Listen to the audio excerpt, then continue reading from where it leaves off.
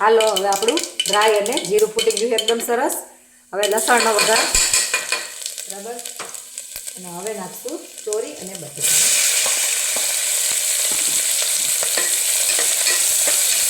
તો આમ સરસ હલાવી લેવાનું. હજી પહેલાં થોડીક હિંગ નાખી દઈ અને નિમક સ્વાદ અનુસાર, એટલે પાકું છે બરાબર.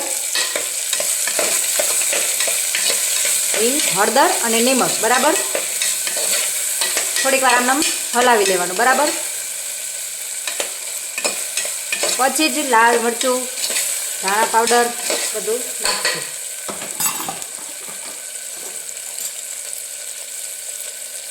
જો આ લાલ મરચું, આ કાશ્મીરી મરચું છે કલર આપવા હાટું, જેને જેવું કરવું હોય એવું બરાબર.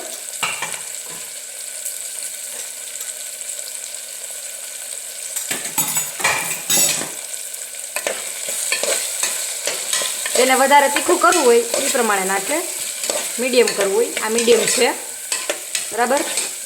જુઓ એકદમ સરસ થઈ ગયું છે. હવે ઘડીક વાર 2 મિનિટ આપણે આમ હલાવી લઈએ બરાબર. કેવો સરસ કલર આવે દેખાય ને બધાને. હવે પાણી નાખ દઈ,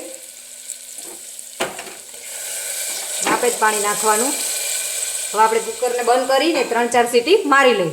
બધા વિડીયોમાં આમને આમ જોડાતા રહેજો. જો મિત્રો 4-5 સીટી કરીને શાક એકદમ સરસ થઈ ગયું છે. જેને રસાવાળું કરવું હોય એ વધારે વહેલી સીટી બંધ કરજો બરાબર. અમારા ઘરમાં મીડિયમ રસો થાય ને આવું જ સરસ લાગે મને તો.